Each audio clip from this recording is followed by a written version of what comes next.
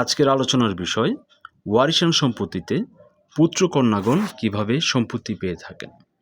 পুত্রের ক্ষেত্রে নিয়ম হচ্ছে পুত্র সবসময় অবশিষ্টাংশভোগী হিসেবে সম্পত্তি প্রাপ্ত হয়ে থাকেন, আর কন্যার ক্ষেত্রে নিয়ম হচ্ছে যদি কোনো পুত্র সন্তান থাকে সেক্ষেত্রে কন্যা পুত্রের মতো অবশিষ্টাংশভোগী হিসেবে সম্পত্তি প্রাপ্ত হবেন, আর যদি কোনো পুত্র সন্তান না থাকে সেক্ষেত্রে কন্যা অংশীদার হিসাবে সেক্ষেত্রে সম্পত্তি প্রাপ্ত হয়ে থাকেন।